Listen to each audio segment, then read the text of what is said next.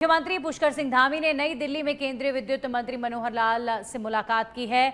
उन्होंने उत्तराखंड की ऊर्जा आवश्यकताओं, जल विद्युत परियोजनाओं और पम्प्ड स्टोरेज और परियोजनाओं समेत बैटरी एनर्जी स्टोरेज सिस्टम और पिटकुल की एडीबी सहायतित पारेषण परियोजना समेत विभिन्न विषयों पर चर्चा की है। इस दौरान मुख्यमंत्री ने केंद्र सरकार की समय समय पर दिए जा रहे सहयोग के लिए केंद्रीय विद्युत मंत्री का आभार व्यक्त किया है। मुख्यमंत्री ने जुलाई 2026 की शेष अवधि के लिए 150 मेगावाट और अगस्त 2026 के लिए 200 मेगावाट अतिरिक्त विद्युत केंद्रीय पुल से उपलब्ध कराने का अनुरोध किया है। इस पर केंद्रीय विद्युत मंत्री ने मुख्यमंत्री के प्रस्तुत प्रस्तावों पर सकारात्मक कार्रवाई का आश्वासन दिया है।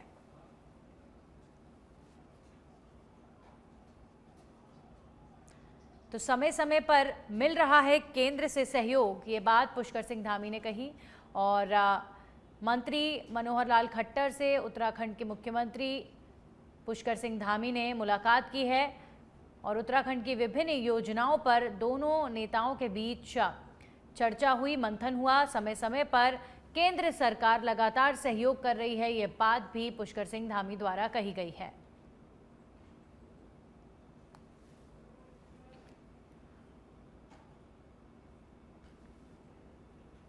मुख्यमंत्री पुष्कर सिंह धामी ने राजपुर रोड देहरादून स्थित एक निजी होटल में शाइन अवे लर्निंग समावेशी शिक्षा मिशन 2030 का शुभारंभ किया है।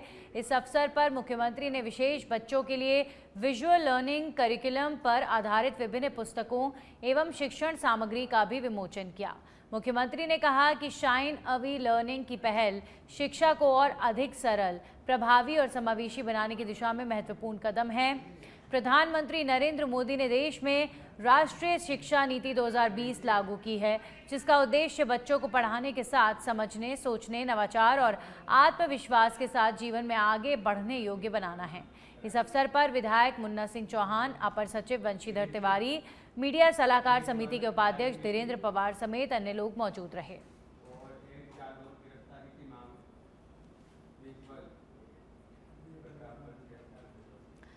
तो समावेशी शिक्षा मिशन, मुख्यमंत्री पुष्कर सिंह धामी ने एक कार्यक्रम में शिरकत की। केंद्र एवं राज्य सरकार ने किस प्रकार शिक्षा को बेहतर बनाने के लिए कार्य किया है, इस पर सीएम ने प्रकाश डाला। सरकार ने नकल विरोधी कानून जैसे कड़े फैसले लिए हैं, ये बात भी मुख्यमंत्री पुष्कर सिंह धामी द्वारा कही गई है। समावेशी शिक्षा मिशन 2030 का आयोजन किया गया था और एक प्राइवेट होटल में ये कार्यक्रम आयोजित हुआ था, जिसमें उत्तराखंड के सीएम पुष्कर सिंह धामी ने शिरकत की। मंत्री जी का, माननीय प्रधानमंत्री जी का धन्यवाद करता हूँ कि आरडीएसएस योजना के अंतर्गत हमारी जो बिजली की लाइनें भूमिगत होनी है, जिससे कि तूफान के समय में, आंधी के समय में, बहुत समय में जो और कई बार उनमें करंट फैल जाता है, उनको भूमिगत करने के लिए हमको काफ़ी सारा शहरों के लिए पहले ही हमको प्रमुख शहरों के लिए पैसा मिल चुका है। कुछ शहर बच गए हैं, अभी कुंभ का काम भी चल रहा है। शहरी विकास के लिए मंत्री हैं, तो उनसे निवेदन करेंगे और जो रैपिड रेल जो मेरठ तक आ रही है, उसके लिए भी हमने पिछले दिनों निवेदन किया था, तो उसके आगे तक की डीपीआर हरिद्वार तक की बनाने की जो है वहाँ से स्वीकृति मिल गई है। वो ट्रेन हमारे यहाँ तक भी आ जाएगी, तो यात्रियों के लिए और हमारे श्रद्धालुओं के लिए, पर्यटकों के लिए देहरादून, हरिद्वार, ऋषिकेश और उत्तराखंड की यात्रा करना आसान होगा।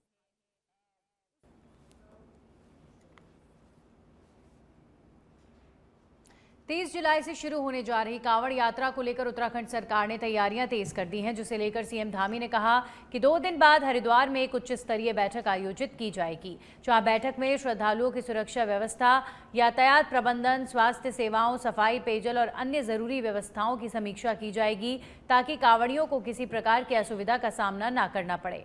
साथ ही कहा कि कांवड़ यात्रा आस्था और श्रद्धा का महापर्व है, जिसमें देश भर से लाखों श्रद्धालु गंगा जल लेकर अपने अपने गंतव्य की ओर रवाना होते हैं और भोलेनाथ को जल अर्पित करते हैं।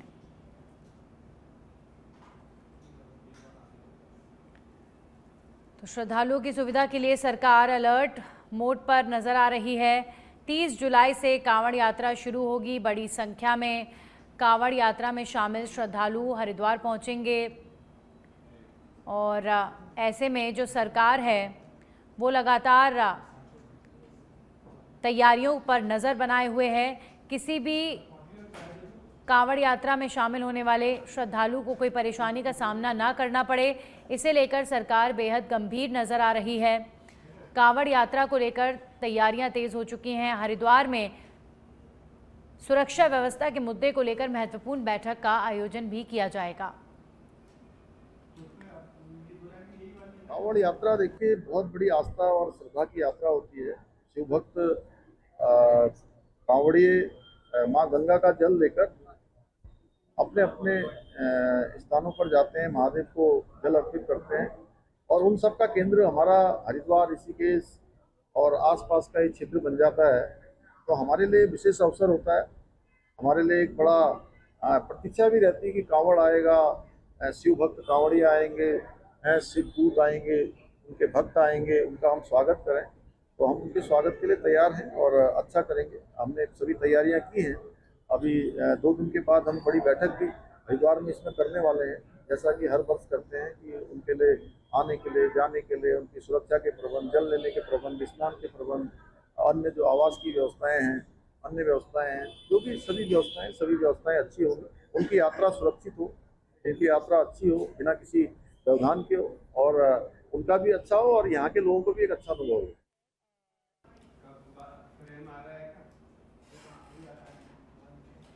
दिनेशपुर के सुरेंद्रनाथ इंटरमीडिएट कॉलेज दुर्गापुर में आयोजित प्रादेशिक बंगाली कल्याण समिति के कार्यक्रम में दिनेशपुर क्षेत्रीय समिति का गठन किया गया, जिसमें सर्वसम्मति से महाताब राय को अध्यक्ष, नारायण हालदार को महासचिव और मृत्युंजय सरकार को कोषाध्यक्ष चुना गया। इसके साथ ही 14 सदस्यीय कार्यकारिणी का भी गठन किया गया है। कार्यक्रम में समिति के प्रदेश अध्यक्ष दिलीप अधिकारी ने बंगाली समाज की एकजुटता और राजनीतिक भागीदारी को लेकर बड़ा बयान दिया। इस अवसर पर कार्यक्रम में बड़ी संख्या में बंगाली समाज के लोग शामिल हुए। मुझे बंगाली समाज से जो जिम्मेदारी दी है और जो मुझे मिला है, मैं आगे भी बंगाली समाज के साथ था और अब भी रहूँगा। जब तक मैं पद में रहूँगा तब भी रहूँगा और आगे भी रहूँगा। जैसे भी हमारा समाज आगे बढ़ेंगे उस हिसाब से बंगाली समाज के साथ हम काम करेंगे और हमारा जो पद मिला है इस पद के लिए जितना भी बंगाली समाज के साथ में जो भी काम जहाँ भी होगा मैं तैयार हूँ। बंगाली साथ में हूँ, आगे भी रहूँगा। मैं बंगाली कल्याण समिति जिस बंगाली को टिकट हमारे गदरपुर क्षेत्र से या शक्तिवरम क्षेत्र से या रुद्रपुर से किसी को भी टिकट मिले तो बंगाली समाज कल्याण समिति उसके साथ में रहेगा। हर टाइम उनके मतलब धन वन तन से सभी लोग उनके साथ में रहेंगे। कल्याण समिति आगे भी रहा, इस बार भी रहेंगे तन मन धन से। उत्तराखंड के विकासनगर क्षेत्र में लगातार बारिश के चलते आसन नदी का जलस्तर बढ़ गया है और नदी तेज बहाव के साथ बह रही है। पहाड़ी क्षेत्रों में हो रही बारिश का असर अब मैदानी इलाकों में भी दिखाई देने लगा है। नदी के बढ़ते जलस्तर को देखते हुए प्रशासन ने तटीय क्षेत्रों में रहने वाले लोगों से सतर्क रहने और नदी किनारे जाने से बचने की अपील की है। फिलहाल किसी भी तरह के जान माल के नुकसान की सूचना नहीं है। प्रशासन लगातार हालात पर नजर बनाए हुए है। मौसम विभाग ने आगे भी बारिश की संभावना जताई है। ऐसे में लोगों से सतर्क रहने और दिशा निर्देशों का पालन करने की अपील की गई है। तो लगातार बारिश से नदी का जलस्तर बढ़ रहा है। विकासनगर में तटीय इलाकों के लोगों को सतर्क रहने की अपील की गई है। प्रशासन ने हालात पर लगातार निगरानी बना रखी है। नदी किनारे जाने से बचने की सलाह लोगों को दी जा रही है, क्योंकि लगातार हो रही बारिश की वजह से जो नदी का जलस्तर है वो लगातार बढ़ता हुआ नजर आ रहा है।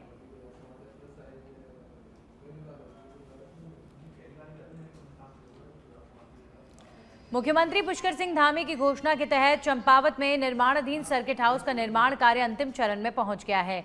जिलाधिकारी मनीष कुमार ने निर्माण स्थल का निरीक्षण कर कार्यों की प्रगति और गुणवत्ता का जायजा लिया और अधिकारियों को सभी कार्य 31 जुलाई तक निर्धारित मानकों के अनुरूप पूरा करने के निर्देश दिए हैं। निरीक्षण के दौरान जिलाधिकारी ने निर्माण कार्य की गुणवत्ता पर संतोष जताते हुए कहा कि अधिकांश कार्य पूरे हो चुके हैं और शेष कार्यों को भी तेजी से पूरा किया जा रहा है। उन्होंने स्पष्ट किया कि गुणवत्ता से किसी भी प्रकार का समझौता नहीं किया जाएगा। निरीक्षण के दौरान लोक निर्माण विभाग के अधिशासी अभियंता मोहन चंद पलड़िया समेत विभागीय अधिकारी और निर्माण कार्य से जुड़े कार्मिक मौजूद रहे।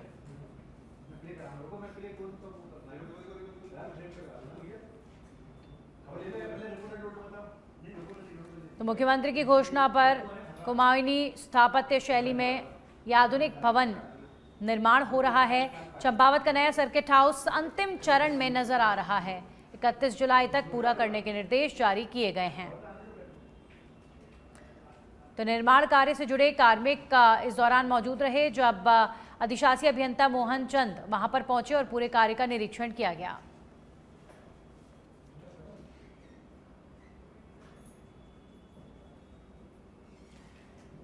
नया सर्किट हाउस अंतिम चरण में नजर आ रहा है।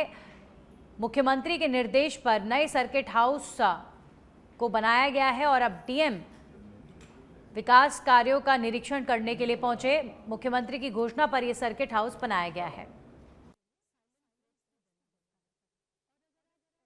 चंपावत के बेलखेत क्षेत्र में क्वेराला नदी पर बन रहे 85 मीटर स्पान पैदल झूला पुल का निर्माण कार्य तेजी से जारी है। मुख्यमंत्री पुष्कर सिंह धामी की घोषणा के तहत करीब 4 करोड़ 81 लाख रुपए की लागत से तैयार हो रही इस परियोजना का जिलाधिकारी मनीष कुमार ने निरीक्षण किया है और अधिकारियों को गुणवत्ता के साथ समय पर कार्य पूरा करने के निर्देश दिए हैं। इसके साथ ही गांव को बाढ़ और कटाव से बचाने के लिए 215 मीटर लंबी सुरक्षा दीवार का निर्माण भी किया जा रहा है। पुल बनने से ग्रामीणों, विद्यार्थियों, किसानों और बुजुर्गों को साल भर सुरक्षित आवागमन की सुविधा मिलेगी। जैसा आप विदित है, ये हमारा बहुत ही पर्यटन के क्षेत्र दृष्टिगत और कृषि के दृष्टिगत बड़ा ही महत्वपूर्ण क्षेत्र है ये हमारा बेलखेत का। यहाँ पे सुविधा और यहाँ के सम्मानित आमजन की सुविधा के लिए एक झूला पुल का निर्माण अभी गतिमान है। इसकी अभी मैंने प्रगति देखी। विषम जो है हमारी अभी जो भौगोलिक और अभी वर्तमान में जो वर्षा ऋतु चल रही है, इन परिस्थितियों के बावजूद भी कार्यदायी संस्था के द्वारा लगातार इसमें कार्य किया जा रहा है और यहाँ पे लोक निर्माण विभाग जो है कार्यदायी संस्था है, उनका लगातार परीक्षण और जो इनका निरीक्षण है वो चल रहा है।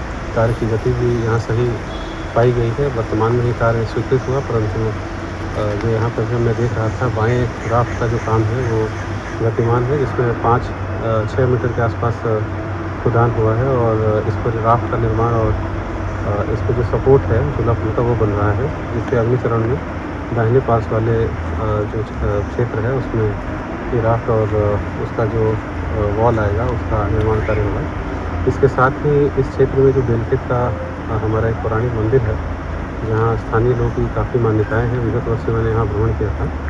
इस वर्ष वहाँ पर सिंचाई विभाग के द्वारा माननीय मुख्यमंत्री जी घोषणा के क्रम में यहाँ पे जो सुरक्षा दीवार का कार्य है वो लगातार चल रहा है। लगभग 30% के आसपास काम भी हो गया है। मैं बालम सिंह बोहरा, पूर्व ग्राम प्रधान देवरी। विगत 2024 की अतिवृष्टि से यहाँ झूला पुल जो हमारे बेलखेत में स्थित था, ये क्षतिग्रस्त हो गया था, जिसका तुरंत संज्ञान लेकर माननीय मुख्यमंत्री जी द्वारा इसमें घोषणा करी गई और तत्काल यहाँ पे वैकल्पिक मार्ग के रूप में ट्रॉली का निर्माण किया गया, जो कि 15 दिन के अंदर यहाँ पर ट्रॉली स्थापित कर दी गई थी और वर्तमान समय में वहाँ पर पुल स्वीकृत कर पुल निर्माणाधीन है और जिसका कार्य प्रगति पर चल रहा है, जिसका आज माननीय जिला अधिकारी महोदय द्वारा निरीक्षण किया गया और समस्त क्षेत्रीय जनता द्वारा माननीय जिलाधिकारी महोदय एवं माननीय मुख्यमंत्री जी का आभार व्यक्त किया गया, क्योंकि समय से यहाँ पर पुल का निर्माण किया जा रहा है। और साथ ही बेलखेत गांव की सुरक्षा के लिए यहाँ पर बाढ़ सुरक्षात्मक कार्य भी प्रगति पर है, क्योंकि सिंचाई विभाग द्वारा किया जा रहा है। 215 मीटर स्पान इसकी लंबाई है और काफ़ी अच्छी। और अब खबर चंपावत से है, जहां पर मुख्यमंत्री पुष्कर सिंह धामी के निर्देश एवं जिलाधिकारी मनीष कुमार के मार्गदर्शन में रेड अलर्ट के दौरान जनपद का आपदा प्रबंधन तंत्र पूरी तरह अलर्ट मोड पर कार्य कर रहा है। इसी क्रम में बीती रात डायल 112 के माध्यम से सूचना प्राप्त हुई कि कोतवाली टनकपुर क्षेत्र अंतर्गत छोटी पुलिया के पास एक कार अनियंत्रित होकर खाई में गिर गई, जिसमें 4 व्यक्ति सवार थे। सूचना के बाद जिला आपदा कंट्रोल रूम ने तत्काल Tanakpur police, fire station Tanakpur, SDRF और 108 एम्बुलेंस सेवा की संयुक्त टीम ने घटनास्थल पहुंचकर वाहन में सवार सभी 4 व्यक्तियों को सुरक्षित बाहर निकाल लिया। टिहरी गढ़वाल में आपदा जोखिम न्यूनीकरण विषय पर आयोजित जनपद स्तरीय कार्यशाला में उत्तराखंड सरकार के आपदा प्रबंधन मंत्री मदन कौशिक और राज्य आपदा प्रबंधन प्राधिकरण के सचिव विनोद कुमार सुमन ने भाग लिया। मंत्री मदन कौशिक ने कहा कि उत्तराखंड ने पिछले 25 वर्षों में आपदा प्रबंधन के क्षेत्र में उल्लेखनीय कार्य किए हैं। वहीं जिलाधिकारी नितिका खंडेलवाल ने बताया कि मानसून को देखते हुए जनपद में व्यापक तैयारियां की गई हैं। जेसीबी मशीनों की जीपीएस के माध्यम से निगरानी, देवप्रयाग और कीर्तिनगर में एसडीआरएफ की तैनाती, दुरुस्त क्षेत्रों में 3 माह का आवश्यक राशन और टिहरी बांध की सुरक्षा को लेकर सभी जरूरी व्यवस्थाएं सुनिश्चित कर दी गई हैं।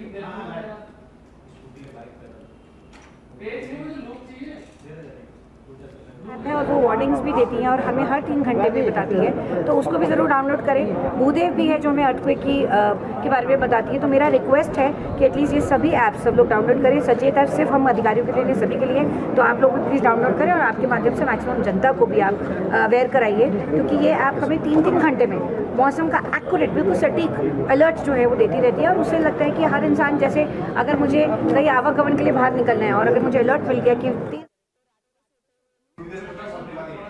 वहीं उत्तराखंड के विकासनगर क्षेत्र में सरकारी नाले की भूमि पर हुए अवैध अतिक्रमण के खिलाफ प्रशासन ने बड़ी कार्रवाई की है।